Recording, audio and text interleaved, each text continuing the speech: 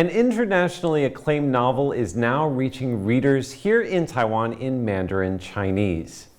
Mercury Pictures Presents is a sweeping novel about war, cinema, and the power of storytelling, moving from wartime Italy to post-war Hollywood, and following artists, refugees, and outsiders caught between history and imagination.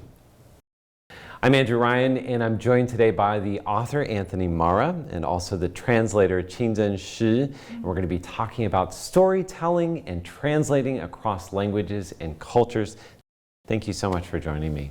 Thank you so much for having us. Yeah. So Anthony, to start off with, for viewers who aren't as familiar with Mercury Pictures Presents, can you give us an idea about what this story is about, how you got the idea? Absolutely. It's a sort of sweeping historical novel set in Hollywood at a B-picture studio in the midst of World War II that has become a home to exiles who have fled war in Europe and end up trying to make ends meet in Los Angeles. It follows the story particularly of one young woman who has left part of her family behind in Italy and is trying to ascend the ranks in Hollywood in the midst of these rather extraordinary historical circumstances. Now, you met up with some of your readers at the Taipei International Book Exhibition. What are you hoping that Taiwanese viewers will take away from your story? You know, one of the most moving aspects of writing a book is the opportunity to encounter readers. And one of the things that I've loved being here in Taipei has been getting to meet some of the Taiwanese readers who have connected with my work. I hope that this book, much like my previous novels, will give readers a sense of sweeping adventure, a sense of feeling connected to characters who feel as real to readers as anyone in their own lives. And ultimately, I hope it's a story that will encourage readers to reflect on the past as a way of trying to understand the present. Now, one of your biggest Taiwanese readers is Ching-chun, who has read your book probably more than anybody else. That's the job of the translator. Yeah.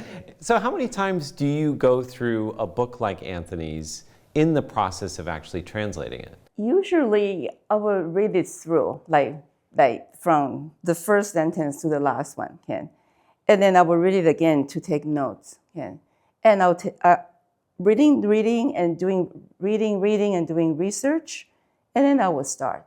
So the whole process, depending on the length of the book, like Mercury probably took me about 6 months just to translate, and another 2 months doing the revision, and the process like back and forth and Tony and I questions and then discussing. So that's usually as my process. Yeah. So this English version of the book, or at least the version I read, was about 570 pages. So it's a thick book. It is. So that's, I mean, taking 6 months, I mean, it's going to take that long for a book like that.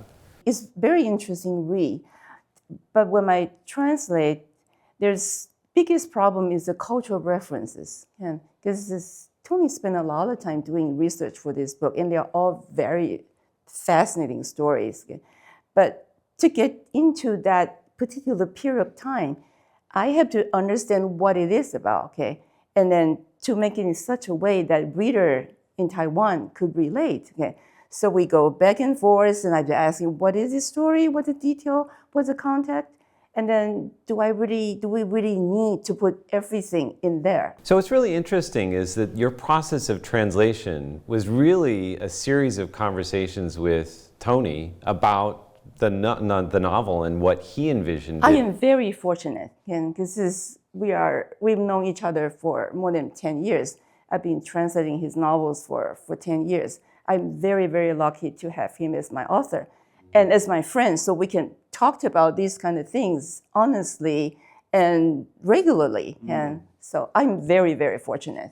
And you actually translated all 3 of Anthony's books too. Yeah. And one of the fascinating aspects of this experience for me is now when I write, I think in the back of my mind, well, how might this be translated?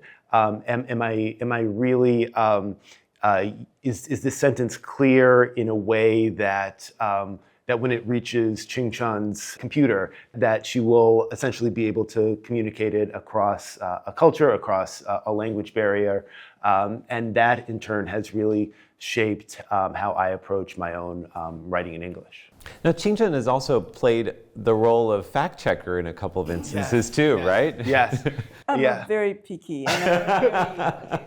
So in my first novel, there is a scene very early on in the book where a fingerprint appears, and you only realize about 200 pages later that the person who supposedly left that fingerprint, in fact, did not have fingers at that time. And it's a very small detail. It has no impact on the rest of the story. But in all of my revisions, I just never sort of connected the dots because it's spaced so far apart and we're moving through time. And Ching-chun, pointed out that, wait a second, where did this come from? I am very picky. So when my reading is like, okay, wait a minute, something is not right. So I will go back but it's just my process, and some authors don't really care that much about this. But the result is that the Taiwanese editions of my books are more accurate than the English language. Really? Yeah. That's fascinating. Because they have gone through. But I feel bad though, because each time we talk, I have like little notes, and okay, this is the exam time again, because as we go through this page 2025, and so I feel bad. And if I ask too many questions, I'm worried that my author going to say, so are you really qualified to translate my book? Because obviously you don't understand anything. And so this is always this worries. But the fact is that translators read a manuscript in more detail than anyone else, sometimes in my case, including the author.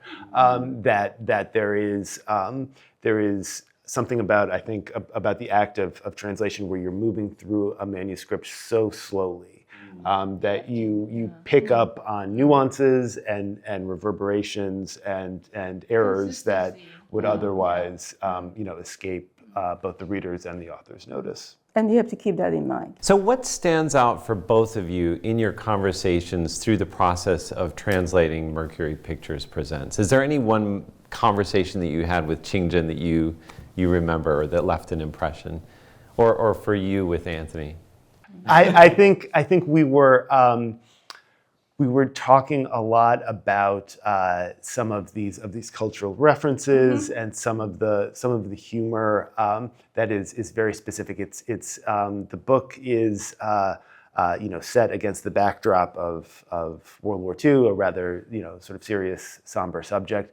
And yet I wanted to ensure that throughout the novel there is this lightness of tone, and that there is this sense of humor and comedy infusing the world of these characters. And I think we had a number of conversations about the best way to sort of convey that sort of tone. I think that like the character of Artie, this sort of larger than life studio boss who has different toupees depending on which mood he's in, whether he's needs to be a boardroom boxer or if he's feeling romantic or what have you, and some of these of his reference points needed a bit of clarification. That's what it is. It's little details, and it's something you said to me is really stayed with me. You said that you are a comic writer who happened to write tragedy. Okay, so this humor elements in your writing in all three of your books and that's something that is difficult for me to catch the tone, and by talking to him I get a sense of it, and so giving more helped me to reach that point that I can actually translate your voice and their voice. I want to talk a little bit more about kind of the relationship that you have as translator and writer. You've translated quite a number of books by Anthony Doerr, by Richard Powers, just to name a couple of the authors that you've worked with.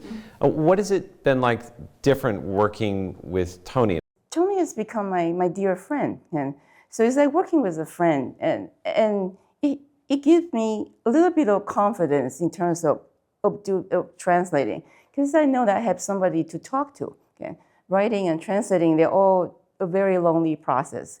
But in my mind, I said, if I don't understand, I can always talk to you, and we can always talk it through. Again, I am really lucky, because not every translator has this kind of opportunity. And so for me, and it helps, and it show. I hope it shows in my translation. I really do. We both used to live in the San Francisco Bay Area, and so early on, we would just meet up for coffee, for lunch, at the Ferry Building. And Ching-chun would bring notes, and I would bring, my manuscript, and we would go back and forth. And it's been a while since I've lived in the Bay Area, but we still meet up on Zoom and discuss, this sentence or that paragraph. To see the depth of intelligence and insight and experience that a translator of Ching-chun's caliber has brought to my work has been one of the most remarkable and profound experiences of my writing career. And I think that it is this very intimate process of sort of really looking at this sentence and that sentence, and being able to do that with somebody you trust and somebody you so respect is very rare. I'm curious, now that you have obviously completed the Mandarin version, what part of Mercury Pictures Presents do you think will resonate most with Taiwanese readers? Probably the characters, Kim. Because when you talk to them and those cultural references in that particular time, they would think that it's interesting, but it's a little bit far. It cannot really relate, okay?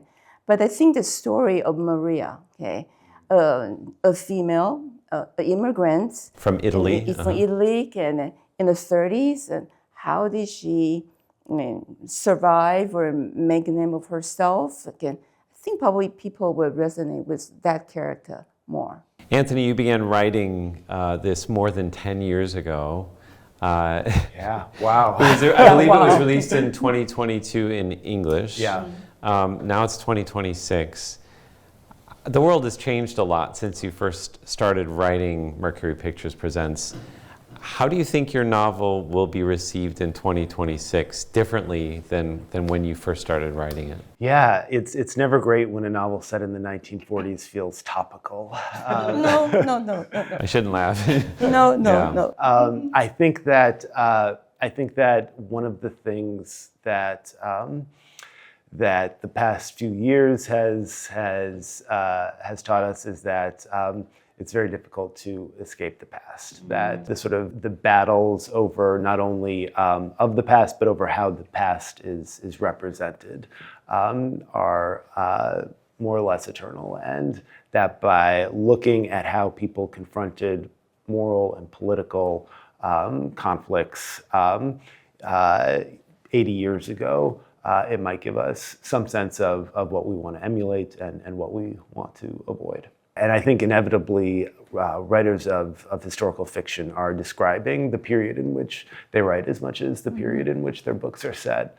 And part of what you're trying to do is to ensure that there is an echo emanating from the material from the past, but not a shout.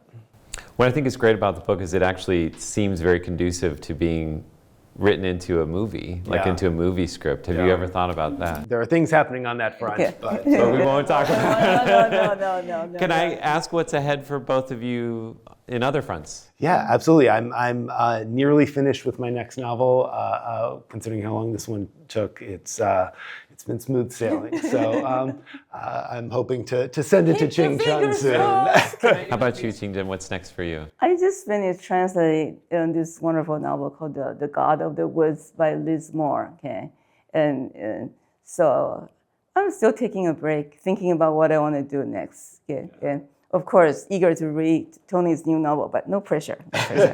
No pressure. Well, thank you so much for joining us, Anthony and Ching-chun. Thank you so much for having us. Yeah.